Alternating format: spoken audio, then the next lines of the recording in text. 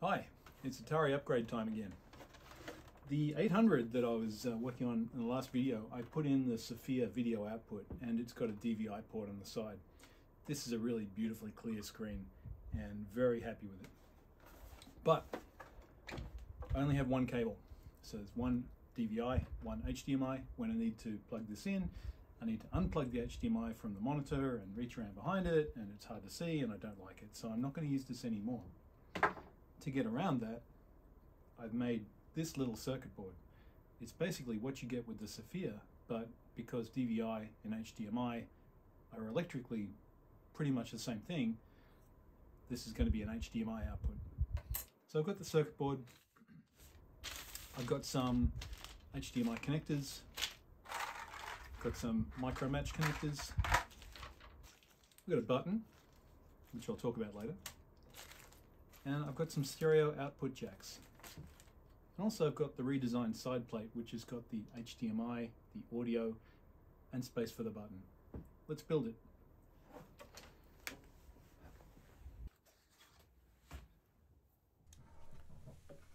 First up, I'm just going to tack down the HDMI connector with one of the legs of the shield and make sure that the contacts are aligned exactly with the circuit board.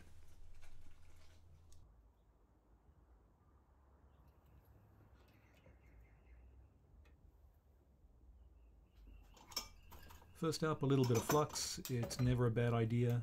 Everything goes better with flux, even clean things, even new components and new circuit boards.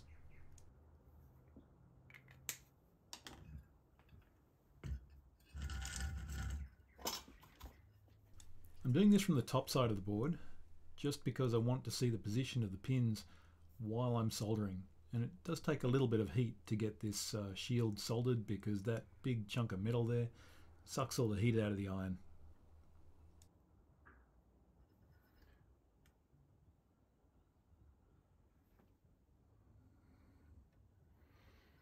Now that's holding, but I'm just going to melt it again and give it a slight push and just make sure that the connectors are exactly aligned with the PCB pads.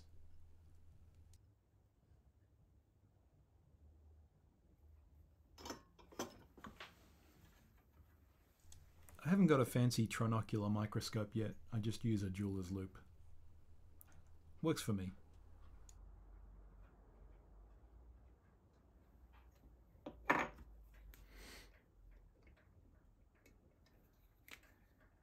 Now that's in position, I'm going to flood the area with flux, and the flux helps the solder to flow really well. So the idea is, with the reservoir tip on the soldering iron, which contains an amount of melted solder, the flux is going to let that solder flow because of its surface tension and stick to the pads on the PCB and to the connectors on the HDMI, and there'll be no bridges because the surface tension makes the solder go into discrete blobs in just the places it's supposed to be. It's a really good way of doing these fine pitch devices, and nobody tries to solder these things pin by pin. TQFPs, any fine pitch component like this, they'll all be drag soldered.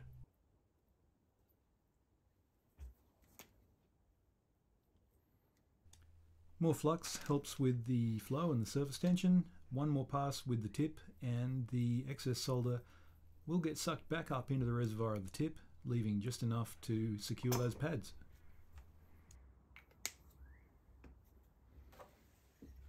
Quick inspection with the loupe, and it all looks fine, no bridges.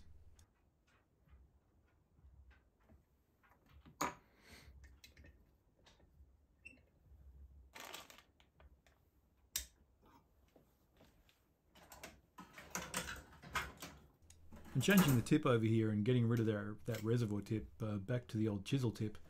Because my iron is a pretty old one, it's a Hakko 942, which is discontinued, and they've also discontinued the tips. So I have to swap what they call the nipple in their literature, and then I can use the old short tip. So I'm using the old chisel tip style, which is better for general soldering. The reservoir tip is a longer one, and that needs the long nipple, which is what they actually call it.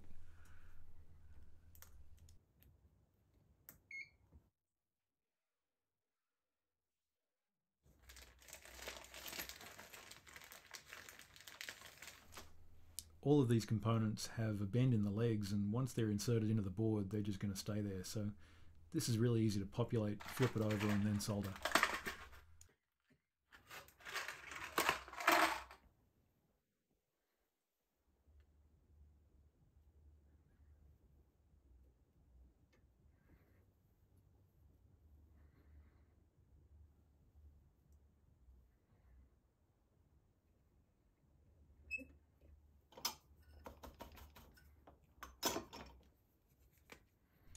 More flux, never hurts.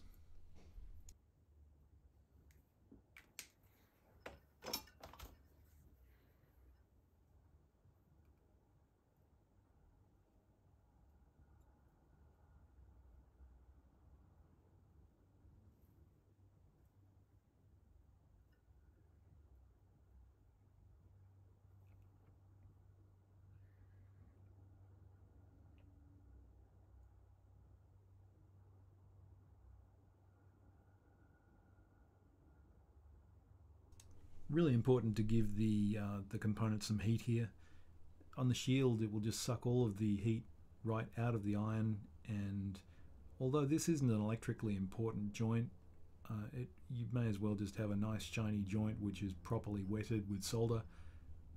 It just takes time, and you can see the last one, because the shield has begun to get hotter, it takes less time.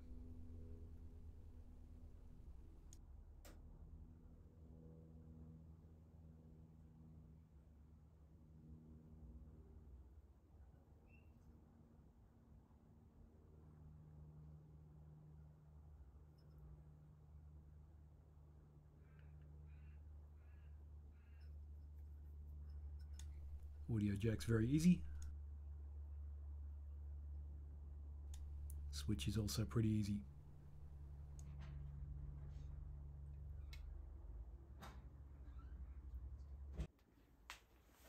I believe my great editing skills lost a bit of video there, but all I've done is soldered that connector.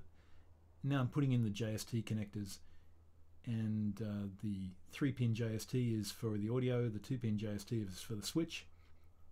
Because these ones will fall out as soon as I turn the board over, I'm turning it over and resting it on top of the vise, and then just soldering one pin, and that one pin will be used to straighten and locate them. Then I'll solder the other pin, and then I'll resolder that first pin.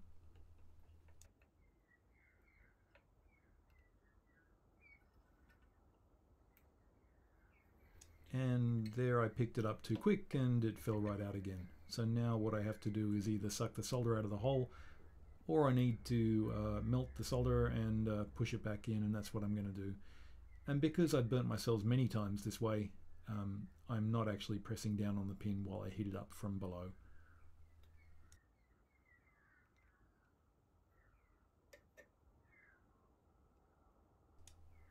But then checking that those two connectors are sitting down flat, they're allowed to solidify, and then I can turn it over, put it in the vise, and solder the other pins so that everything is secure.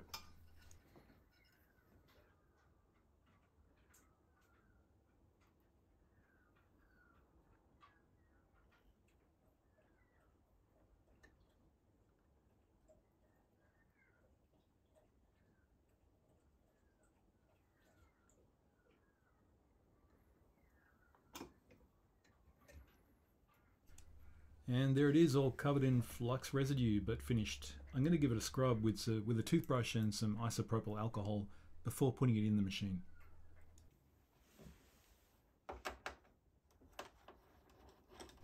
Now to take out the old DVI panel that's about a month old and put in the new HDMI panel.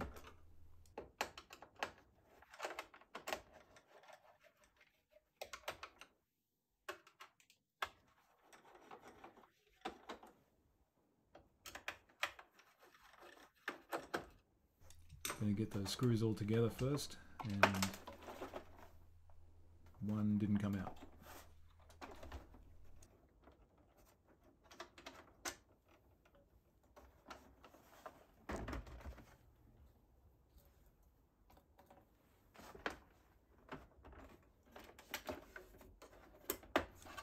For some reason I always have trouble getting this out. I think I might need to Take some fine sandpaper and just smooth off those little tabs at the back that plug into those holes.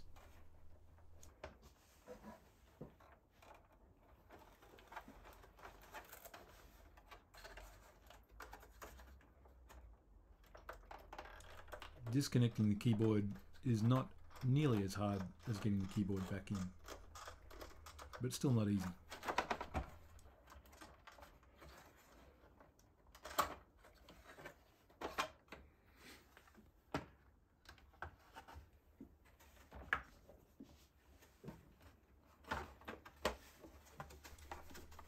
And there is the old board in the side panel. Note the video cable doesn't go between the cast aluminium shield and the heatsink, because that's where one of the pillars from the top of the case needs to go down, and you run a risk of trapping that cable if you do it that way. It's plenty long enough to go right around the back of the heatsink, so that's the way I did it.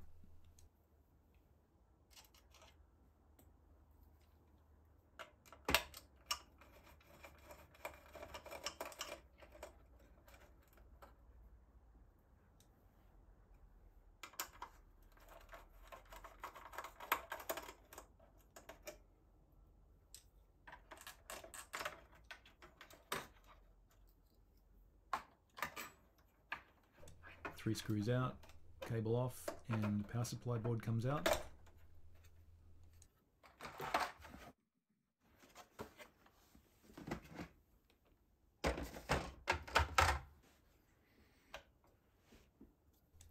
And then there's the new side panel. It is actually the same model as the old side panel.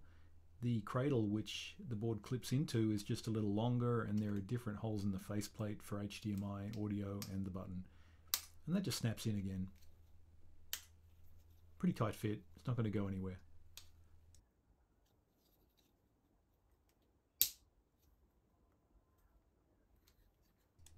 I'm kind of happy with that brown. I didn't think there was brown PETG available, but it's not a bad match for the Atari.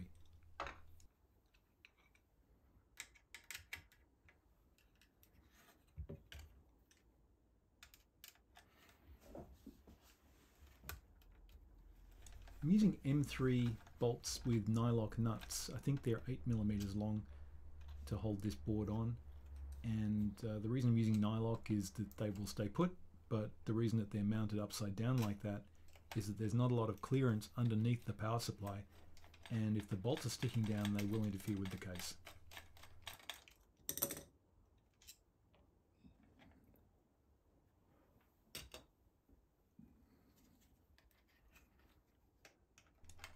The length of the new HDMI board is taking up all the space available.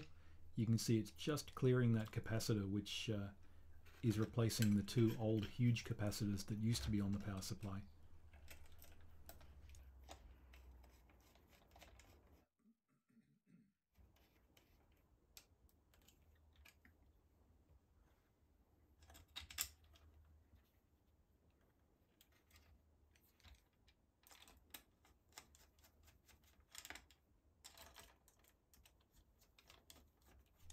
Definitely a job where you need a nut driver.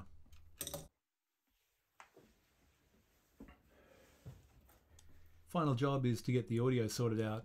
I'm using 30 gauge Kynar wire there, and it's crimped to JST crimp connectors. They're plugged into the JST housing, and that goes through the board through the old leg hole from the capacitor that used to be mounted there.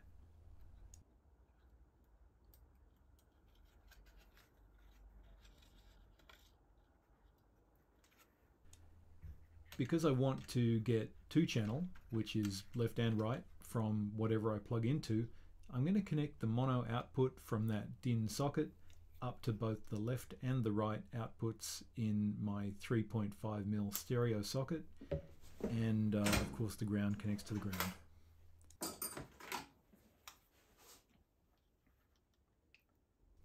This kind of wire is nice to work with. It's what people usually use when they have corrections to make on a board when prototyping.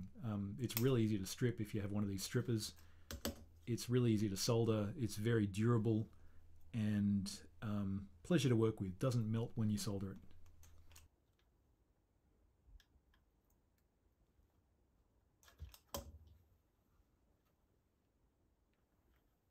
So joining those two wires together. Next up I'm just going to tin them a little bit, give them a trim, and then just tack them down to the DIN socket after applying a bit of new solder, because flux.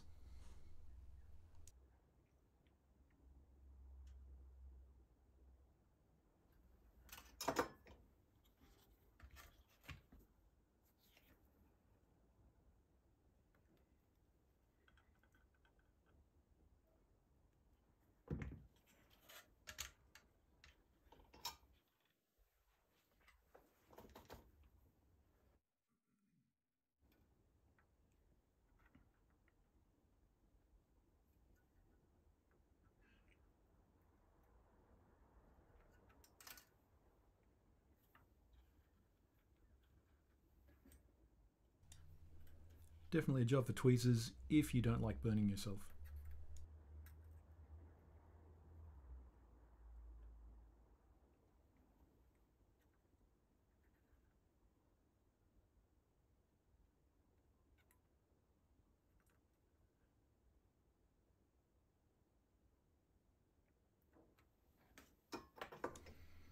And that's done.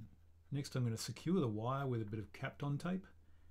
That's the orangey looking tape, which is very heat resistant. You often use it to shield things when you're using hot air to remove components, but it's also great just for sticking down to a circuit board. It doesn't leave any residue, it's extremely thin, and it's great for holding down wires.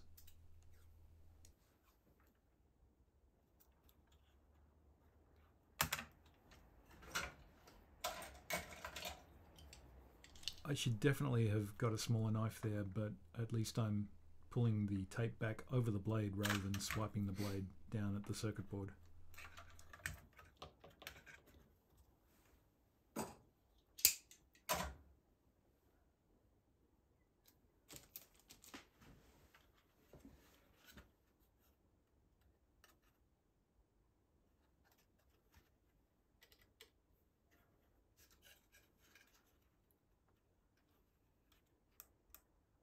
And that's ready to go back in the machine.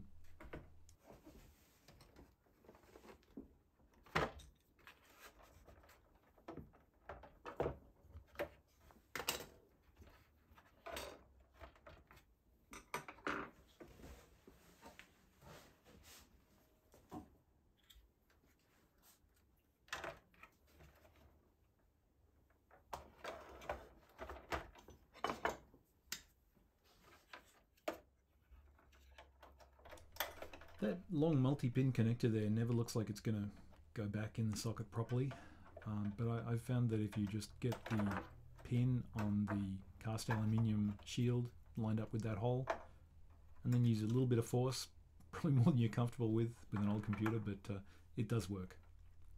Again, that cable for the video is going around the back of the heatsink, and it just plugs nicely down there onto the connector.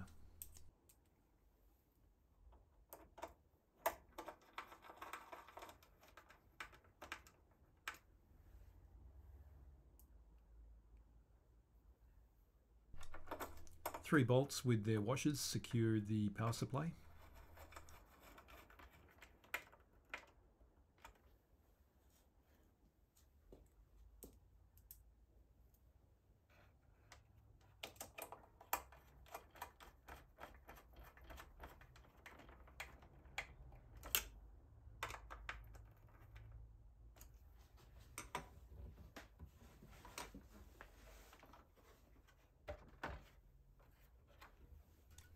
And at this point it would have been a really good idea just to plug it in and see if the video is working, but I was feeling pretty confident because the DVI was working and the board was 1:1, so what could go wrong?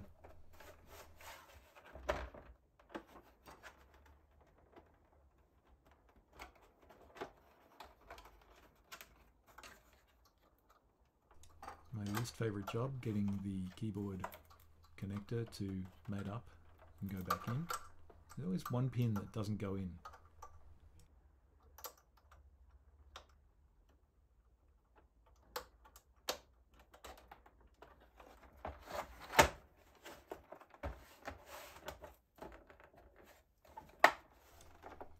As always, when you're putting the screws back in the old computers, put them in the hole Turn it back, listen for the clunk before tightening up gently.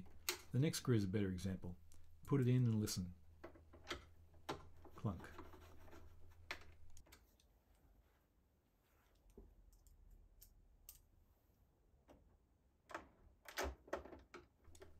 If you're not really careful when putting the screws back in, pretty soon the screws won't be holding onto anything and your computer just won't go together. Or it will, but it'll fall apart.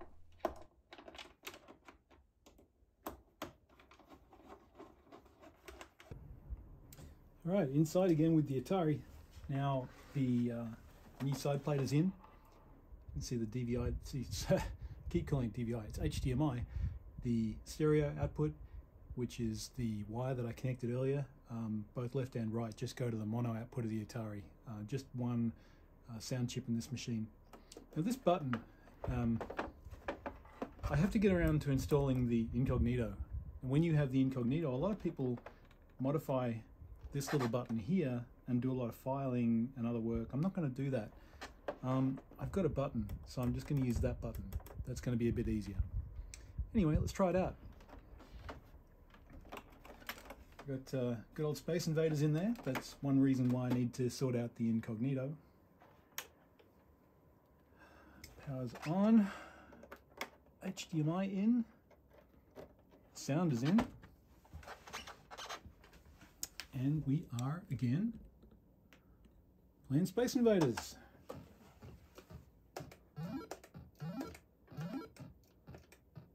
And it is so clear. It sounds really good. Underneath the monitor there, you can probably see I've got a creative sound bar. The sound bars that are sold by people like Dell now, they generally don't have analog in anymore. They're all Bluetooth or USB, so I just made this thing that sits underneath by a little thing that attaches on the back of the Visa mount, and it works really well. So I really hope that you enjoyed the Atari mod. Next time I think it's going to be the incognito. See you then.